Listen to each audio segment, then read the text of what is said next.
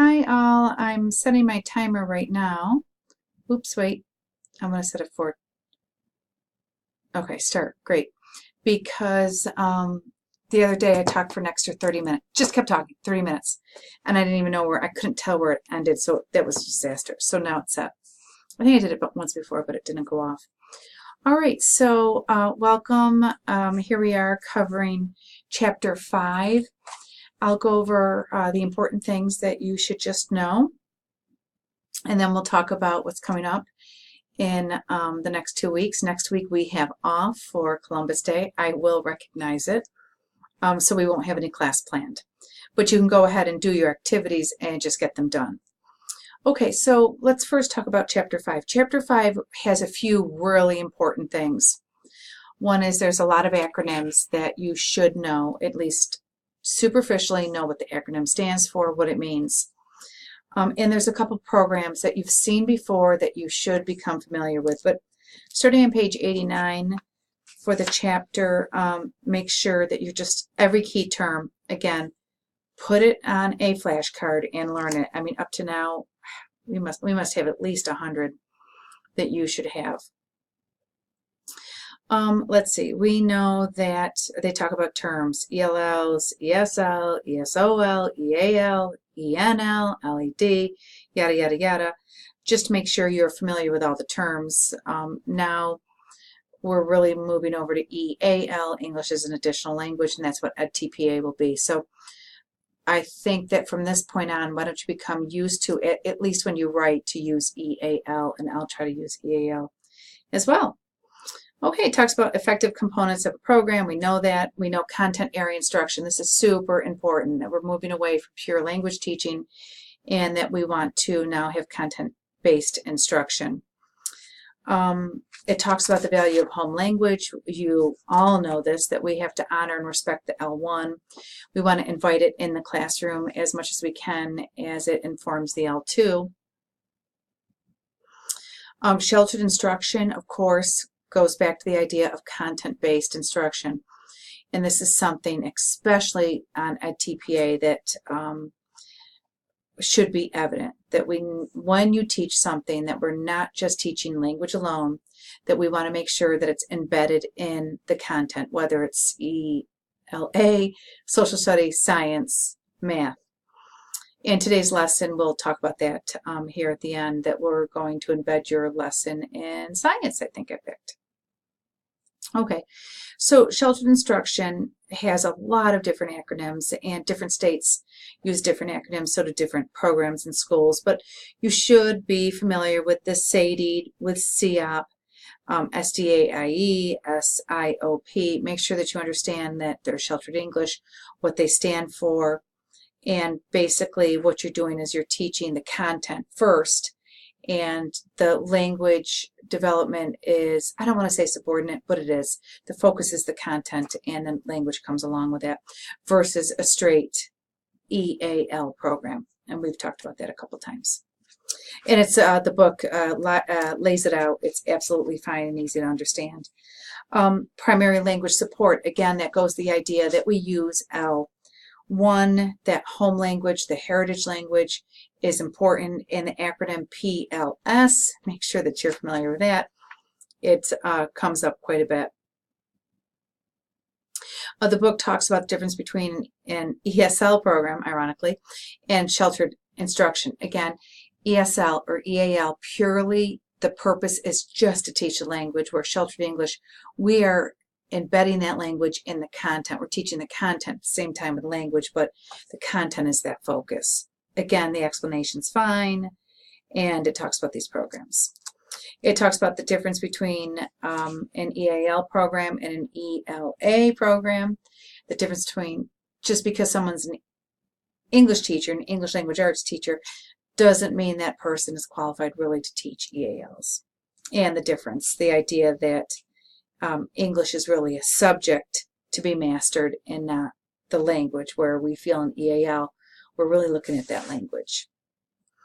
Okay, the bulk of the chapter is on bilingual programs, and they talk about the 5 different types of bilingual programs.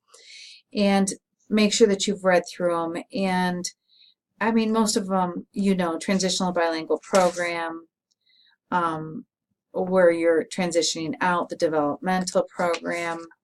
You really don't need to know the details of the programs. The dual language you're learning, of course, the two-way immersion dual language for even numbers of both speakers.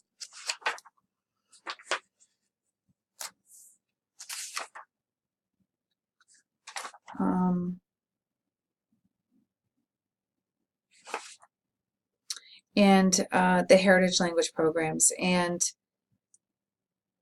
honestly, I don't think that you need to differentiate between the 5, with the exception of, I mean, I guess it's important to know the difference between the developmental, the immersion, the dual. You should have a superficial knowledge of them. And then heritage language programs, which is really the opportunity to learn or to improve your L1. And usually we see this in weekend schools. I think I told you my niece and nephew go to Chinese. Their L1 is, they grew up bilingually, but their L1's Chinese, their L2's English. And they go to Chinese school on the weekends. And that would be a heritage language program where they continue to formally study their L1 so that they don't lose that heritage language. Okay, let's move on here. Okay, then we talk about the English medium models, and it covers pull-out ESL. All of you will experience pull-out ESL at some time. You will. That's just a way of so many programs. Here it talks about it as the least effective model. In my experience, I think pull-out is effective if you have a strong ESL teacher and a strong classroom teacher. There's a lot of negatives. For sure, it breaks up the learning. It sometimes stigmatizes the student. But sometimes the student needs that break, and to pull out can be an opportunity. So just make sure that you understand pull out. I don't think it talks about push in. Just funny. It doesn't talk about crouch and whisper, which we know is alive and well. And then, of course, it talks about the self-contained classroom, the sheltered structure, English immersion program, which is great. These are dream come true scenarios if you're teaching in these. And this is the idea that you get to teach either the straight EAL language or the sheltered English immersion in a self-contained classroom. So make sure that you just have an understanding of what those are. And newcomer programs. And often, there's, not often, I should say occasionally, we may have a newcomer school where these are the newest EALs that come, and they're put in a newcomer school, so we can really put our resources to developing the fundamental aspects of language.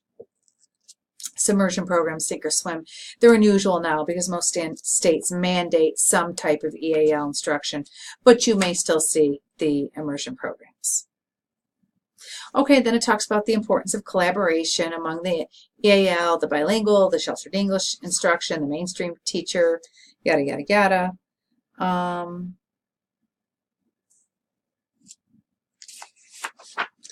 Then it talks about strong forms of programs, weak forms of program, talks about determining the most appropriate English language learner program models. Chances are you're not going to decide your model. I mean, once you're a seasoned EAL teacher, then you can decide your model. Again, dream come true scenario. And of course, I mean, dream come true, call me up. That would be great. I'd be so happy for you. It talks about monoglossic and heteroglossic bilingual programs, and the monoglossic really sees the two languages as separate. And the L2, which is usually English, is really the academic English, and the L1 is the home language, and they don't really mix the two.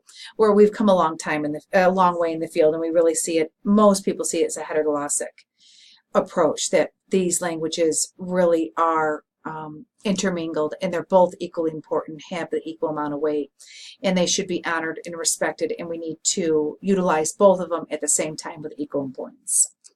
That's all that talks about. Okay, that's about it for the chapter. Boy, that was a quick summary.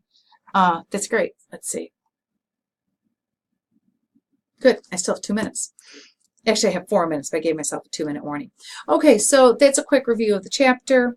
And again, just make sure that you, oh, we should do I'm going to do a fun game for the vocabulary. Make sure you're practicing the vocabulary so you're not cramming at the end of the semester, because in 5 chapters, I know we're at least up to 100 words. So get your flashcards ready. Now, also, I'm going to see if I can switch my camera over. I think I have to pause you. Hold on, I'm going to pause you for a minute. Rats, I cannot believe oh, wait. No, I can't do it. I thought I could change you over to look at the screen. It's funny, you can see me in the background there because it's night. That's okay. I can talk to you without seeing my screen. Okay, so I want to talk to you quickly about the lesson. You're going to watch, your assignment this week is no chapter reading. No chapter reading. I'm going to give you a break. Next week you have off, so you have 2 weeks to write a lesson plan. I want you to watch a video of a teacher teaching vocabulary. How's my time here? Oh, great. And you're going to see it's terrible. She does a terrible job. Let's just say it. I mean, it's nothing personally against her. But what I want you to do is I want you to write a lesson plan imagining this is your group of students. It's hard to see the students, but just it gives you an idea of what the room looks like and the type of students. And maybe make it for 7 or 8 students. And I said 3rd and 4th grade. And the lesson, she's teaching vocabulary. And I'd like you to do the lesson of, so it's sheltered English. You're going to do science, vocabulary, teaching the concept of machines. And I don't care what you do with machines. It could be the fulcrum machines, or it could just be machines around your house. She begins with appliances. And design a lesson plan, a 40-minute lesson plan around this idea of the theme of machines. Oh, time's up. Stop.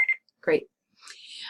So watch the video, and it'll give you some ideas of what not to do. You can imagine the classroom. And then be sure you use the template. So I gave you the template for the lesson plan. So then, based on the video and the purpose to write this lesson plan, fill out the template and submit that as your lesson plan. That's the only assignment. The lesson plan will take you a while because you have to use your next generation standards. Just Google them. I put that in there. And you're going to use the science standards and pick at least 3 and just copy and paste them in. You want to do the context of the students. Imagine you have 7 or 8 students. Do a description.